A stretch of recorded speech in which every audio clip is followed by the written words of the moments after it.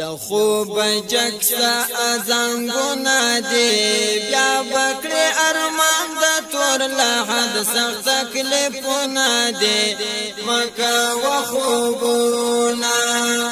لخوب جکسا ازنگونا دی بیا بکڑی ارمان دا تور لحد سخت کلپونا دی. ونشهد أن لا إله إلا الله وحده لا شريك له ونشهد أن سيدنا وحبيبنا وشفيعنا وسندنا ورحمتنا ومولانا محمدا عبده ورسوله. أما بعد فأعوذ بالله من الشيطان الرجيم. بسم الله الرحمن الرحيم. هو الذي أرسل رسوله بالهدى ودين الحق ليظهره على الدين كله وكفى بالله شهيدا. نبی کریم صلی اللہ علیہ وسلم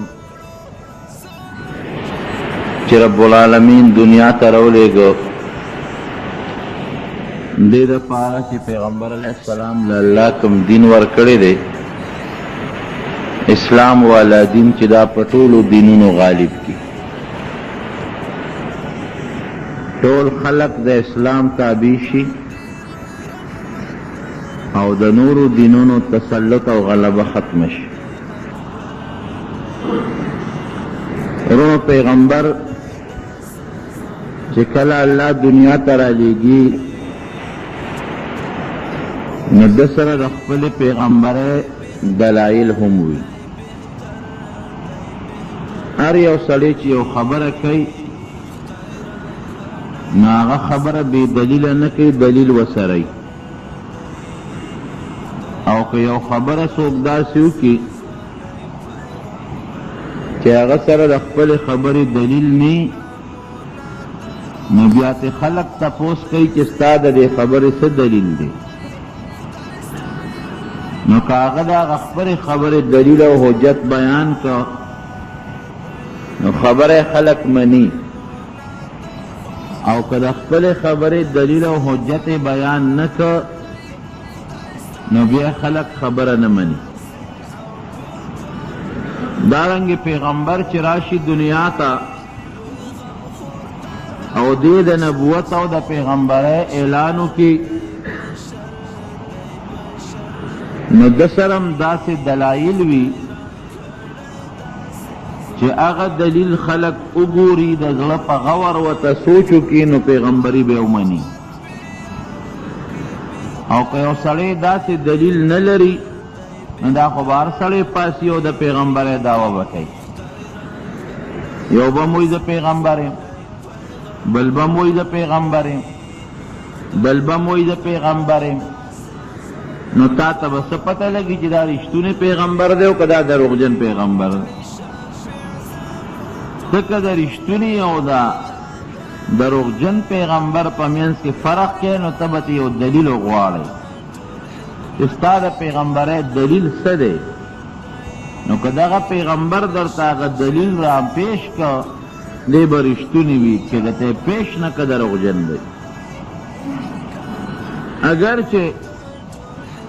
انسان له پکار دی چې د پیغمبر نه اړو دلیل هم نه غواړي چې د زړه ته پرېوځي چې دا پیغمبر دی، دا هغه کردار، دا هغه گفتار، دا هغه خبرې، دا هغه عمل چې ته وګورې او تا ته معلوم شي چې یاره دا خو واقعي دروغجن سړی نه دی، نو بیا د دلیل د غوښتواړو ضرورت نشته. خو بیا هم که ستا زړه کې شک و شبهه وه دلیل ته وغواړه. نو اگر چې د نبی کریم صلی الله علیه وسلم نه پس د بل پیغمبر دراتلو اس قسمه گنجائش نشتا. دا زه مخکې خبره کوم ځکه نبی علیہ السلام فرمائی انا خاتم النبیین لا نبی بعدی، د ټولو پیغمبرانو اخیری پیغمبر ما نه پس بل پیغمبر نه راځي. خو دا زه چې کومه خبره کوم دا د نبي علیه السلام د زمانې نه مخکې پورې یا د هغې د زمانې خبره کوم. نو که دغه پیغمبر دلیل وښو قوم ته خو قوم به یې ومني، که ویې نه ښو نه به مني. هغه دلیل د نبوت او د پیغمبرۍ څه شی دی؟ هغې ته معجزه وایي. معجزه عربي لفظ دی او پښتو کې معنا دا ده چې داسې یو څیز چې هغه د پیغمبر د لاس نه یا د هغه د وجود نه ښکاره شي چې هغه د عام عادت نه خلافي، عادت یې نه مني او خلق عاجز کوي. خلق عاجز کول دا معنا چې بل سړی هغسې نشي کولی، که بل کولی شوه خو بیا خو ښکاره خبره وه. بل هم یو معجزه پیش کړو، د نبوت دعوې وکړو، بیا به هم پیغمبري او دا په یو زمانه کې تیر شوي هم دي. یو به هم پیغمبر و، په هغه زمانه کې د بل علاقې به بل پیغمبر و، د بل علاقې به بل پیغمبر و. نو کم یو کار چې د پیغمبر نه صادر شي ښکاره شي او د عام عادت نه خلافي، بالکل عقل یې نالي، عادت یې ناخلي، خلق عاجز کی، بل څوک هغسې نشي کولی، دې ته معجزه وایي. نو د هر پیغمبر خپلې معجزې وي. د آدم علیه السلام وي، د نوح علیه السلام وي، د موسی علیه السلام وي، د عیسی علیه السلام وي، د ابراهیم علیه السلام وي. او نبی کریم صلی الله علیه وسلم فرمایي چې څومره د پیغمبر طاقت یې هغومره معجزه مضبوطوي. څومره چې پیغمبر عامو خلقو ته ولیږلی شي هغومره معجزې زیاتې وي. نو زمونږ د نبی علیه السلام خو امت هم ډېر زیات دی او زمونږ د نبی علیه السلام د نورو خلقو په نسبت باندې فضیلت هم د نورو پیغمبرانو په نسبت درجه اوچته ده، معجزې اوچتې هم دي او زیاتې هم دي. نو معجزه د پیغمبر د پیغمبرۍ دلیل شو بس. او ما وی چې معجزه هر هغه څیز دی چې د عقل نه خلاف، د عام عادت نه خلاف، چې د پیغمبر نه یو کار ښکاره شو بس، دغې ته معجزه ویل کېږي. لکه د نبي کریم صلی الله علیه وسلم چې د ګوتو مبارکو نه به اوبه بهېږي، چې ګوتو نه اوبه بهېږي، دا خو نه عقل اخلي او نه عام عادت اخلي. خو د پیغمبر د لاس نه وځي او پیغمبر دعوه هم کوي چې دا زما معجزه ده، زه پیغمبر یم، بس دې دلیل شو. بل څوک داسې دی را پیدا شي چې د هغه د لاس نه دې اوبه وبهېږي، د هغه د ګوتو نه دې اوبه روانې شي، هېڅوک هم داسې نشي پیدا کوي. او سحر کې او معجزه کې یو فرق شته. ګورئ، دا سحر او دا مونږ ته چې کوم دا کوډګر او دا جادوګر خلک چې کوم کرتبونه کوي، دا یو نظربندي غوندې وي. هغه هغې په هغې پوهېږي چې داسې چل جوړ کړي چې د هغې نه هغه کار وباسي. او د پیغمبر معجزه څه چل ول نه غواړي، د هغې تعلق صرف الله سره وي. او تاسو زه په هغې بنیادي پوه کړم، کم دا کوډګر یا دا منتري، دا نظربندۍ والا، دی دا خپل چل بل چاته هم ښیي، هغه بل چاته هم ښیي. ګوره هغه چل ورته وښیي، دا چل کوه نو داسې به کېږي. او د پیغمبر د معجزې چل پیغمبر چاته هم نشي کولی. د کوم پیغمبر نه چې کومې معجزې ښکاره شوې وي، هغه معجزه هغه پیغمبر زوی، د هغه رور، د هغه دوست، د هغه امتي قطعا نشي کولی. چل ول نه غواړي چې کله الله غواړي، او سحر خو طاهر چې کله غواړي نو هغه کولی شي. منتری چې دا منتر کله غواړي نو کولی شي، او پیغمبر چې الله نه غواړي نو دې معجزه نشي ښکاره کولی. ډېر کله ته نبي علیه السلام ته کافرانو ویلي دي، وایي دا معجزه راوړه مونږ ایمان راوړو. نبي علیه السلام الله ته ویلي دي، هغه د خدای هغه وخت سره نه وخت وخه. الله وایي که ته اسمان ته مخېږې که نه او ځمکه کې هم پوړی ولګي او لاندې لاړ شې، خو دا معجزه ورته نشي راوړی. معجزه د الله اختیار کې، د پیغمبر په اختیار کې نه. دا نشي کولی پیغمبر چې زما خوښه ده نو ځکه زه کوم، نه، چې الله غواړي د پیغمبر نه مې ښکاره کړي، چې الله نه غواړي د پیغمبر هم نشي ښکاره کولی. او دا سحر او منتر او جنتر خو چل ول غواړي، نو دغه چلولي چې کله غواړي ښکاره کولی. دا بل چاته هم شاګردي پکې چلېږي خولی چې پیغمبر په معجزه کې شاګردي نشي چلولی بس هغه د الله له طرف نه یو پټ غوندې چلی د الله له طرف نه یو پټ غوندې کاري او هغه کار چې کله خدای غواړي نو کېږي نو جناب معجزه د پیغمبر نه ښکاره شي او عقل نه بالکل خلافي کله چې الله غواړي نو هغه به ښکاره کېږي لکه یو موقع کې اوس د نبي علیه السلام معجزې څومره دي څوک یې 1400 دي څوک یې 3000 دي مولانا ادریس کاندهلوي رحمت الله علیه لیکلي دي چې د نبي علیه السلام د معجزو هېڅ شمېر نشته دا خو چې چا څومره شمېرلي دي ورته معلومې شوي دي نو هغه بیان کړي دي او بلکې هر یو صحابي د نبي علیه السلام مستقله معجزه ده د قرآن هر یو آیت د نبي علیه السلام معجزه ده صحابو ته تاسو وګورئ دوی مخکې څه کول د اسلام نه مخکې چې اسلام یې راوړه نو کوم شخصیات دي جوړ هر یو صحابي عقل نه مني چیرې دا د عمر نه حضرت عمر څنګه جوړ شو دومره زر دا د بلال نه حضرت بلال دومره زر څنګه جوړ شو دا د ابوبکر صدیق نه حضرت ابوبکر صدیق رضی الله عنه څنګه جوړ شو نو د نبي علیه السلام بې شمېره معجزې دي ځکه د هغې زه تاسو ته یو څو مثالونه ښیم یو سفر کې د دواړو جهانو سردار مبارک روان دی اوبه نشته صحابه راغلل نبي علیه السلام ته شکایت وکړي د الله رسول اوبه نشته له تندې څاروي مړه شو موږ هم مړه شو ویل لږې غوندې اوبه پیدا کولی شئ لږې داسې لاړل وګرځېدل صحابه لږې غوندې اوبې را پیدا کړي چې راویړې هغه لوښي کې پرتې وې او هغه لوښي د ویښ کولاو وخو ډېر لږ کم تنګ شانته و ګوتې پکې پوره نه خورېدل صحابي فرمایي چې ما نبي علیه السلام مبارک ګوتو ته وکتل نو په هغه لوښي کې کېښودې خو لاس یې پکې داسې پوره خورولی نه شو لږ تنګ و او قسم دی چې ما ورته کتل د دې ګروتونو د نبي علیه السلام نه اوبه راخوټ کېدې لکه چینو نه چې څنګه اوبه بېږي مونږ پې اودسونه وکړل مونږ اوسکلې څاروي م پې سیراب کړل لوښي م پې ډک کړل دا معجزه ده ښه د حدیبیې په مقام کې 1400 صحابه کرام دي کوی کې لږې اوبه وې صحابه چې ورل هغې راوستې کوی تش شو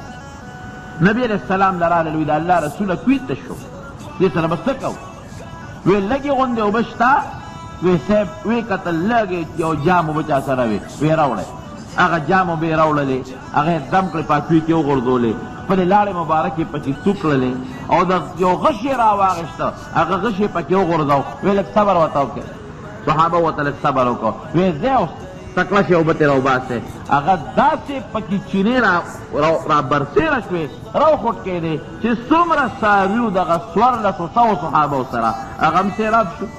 صحابه کرام هم سیراب شو او کوی تر د آخر زمانې پورې به خوټ کېده اوبه به ترې بهېدې یو سفر کې نبی کریم صلی الله علیه وسلم روان د اوبو بیا تکلیف شو وی صاحب اوبه نشته او مونږ کسان ګڼ یو وی لږې اوبه پیدا کړې وی لږې هم نشته وی ځای چې ته وګرځې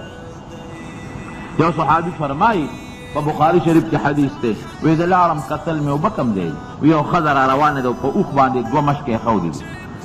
یو مشک یو طرف ته د انډې دی بل مشک بل طرف ته انډې دی او دا دواړه انډې د اوښ نه یو خو یو بل خو دا ښځې په دا منځ کې بره ناسته ده او پړې ورسره دې روانه ده مونږ د هغه ښځې هغه اوښ ونیوه اومدروله چې ترورې یا خورې ستا څه دي در سره وی د اوبه دي مونږ ویل دا د کوم ځای نه راوړې د اوبه مونږ ته ځای وښایه ځکه مونږ خو بلا کسان دي صحابه کرام او زمونږ اوبو ته ضرورت دی وی اوبه خو ډېرې زیاتې لري دي څومره لرې دي وی پرون دې وخت کې د اوبو د ګودر نه را روانه شوې ده یو شواروز مزل مې وکړ پرون دا وخت را روانه شوې دا مشکوره مې ډک کړي شپه مې مزل وکړو د ورځ مې مزل وکړو نو اوبه دومره لرې دي نو وی مونږه د هغه ښځې د هغه اوښ پړې ونیوه او نبي علیه السلام له بوتله نبي علیه السلام ته مو وویل چې صاحب دغه ښځه د دې سره اوبه دي نورې ګوټ اوبه نشته او دا اوبه وایي چې دومره لرې دي چې یو شواروز مزل ما وکړو نبی علیہ السلام صحابو ته وی دا اوښ ورته کېنوي چې کېنه ښځې ته یې وی داسې کار دی خفه کېږه مه زما دا ملګري تږي دي دې ته د اوبو ضرورت دی او تا سره اوبه دي نو موږ ستا نه لږې اوبه رااخلو خو ستا اوبه ګورې نه کمو چې خفه نه شي ستا اوبه به همغه مرئ چې څنګ پکې دي ښځه غریبه خو مجبوره ده ځکه صحابه دي دا یوازې ده که په زور کې اوبه دې هم ته اخېستې شي خو صحابه خو به ظلم نه کوو نبي علیه السلام هغه د مش د هغه خوله کوله وکړل او د هغې نه اوبه راواغېستې او صاحب چې څومره صحابو په هغې باندې وڅښلې او اوښانې پسې راپړل، څاروي پسې راپړل او بیا واپس یې ورته هغه خوله وتړله مشکه. ټول په سوونو صحابه هم سیراب شو، د هغوی څاروي هم سیراب شو، اوښان څومره اوبه څښي هغه هم پرې ماړه شو، خولې یې ورله وتړله او صحابه ورته ویل لږ غوندې تاسو سره که توخم او خوښه را جمع کړئ دې له لږ ورکړو ځکه د دې نه موږ ته فایده ورسېدله. نو هغې وله ستوان متوان چې څه وو صحابو سره کجورې هغې ولې یو پنډو کې جوړ کړ او هغې ښځې له یې ورکړې او لږ یو بیت یې واخېستې، لوښي هم ترې ډک کړل، چې څومره لوښي صحابو سره هغې هم ترې ډک کړل. ښځه په اوښ باندې هغه توخی ورته کېښوده او دی وخېجوله، وی وګوره ستا اوبه خو م کمې کړي نه دي ستا مشکونه. ښځه وایي نه، وایي چې څومره د هغې نه ډک دي. وختي چې دا مشکونه په دې اوښ پراتو نو دا لږ څه شو شړپ شړپ پی کو، اوس پکې هغه شړپ شړپ نشته، نور هم ډک شو.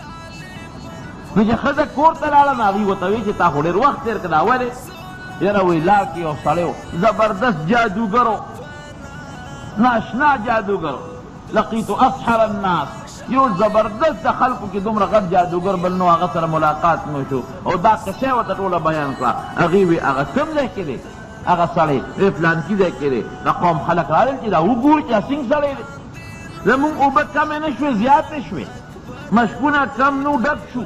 قوم سیراب شو، خان سیراب شو. چې هغې راغله او نبي علیه السلام یې وکته نو هغوی خو چرچه اورېدلې وه چې د آخر زمانې پیغمبر دی، بس د هغوی یقین راغی. هغه ښځه او د هغې چې څومره قوم و رب العالمین ټول مسلمانان کړل، دا د هغه معجزې برکت. نو دا د نبي علیه السلام د اوبو د زیاتوالي معجزه شو. دا یو نه ده، دوه نه دي، درې نه دي، دا ډېر زیات ډېر مثالونه دي. ښه د خوراک متعلقه چې د نبي علیه السلام کومې معجزې دي هغه عجیبه دي.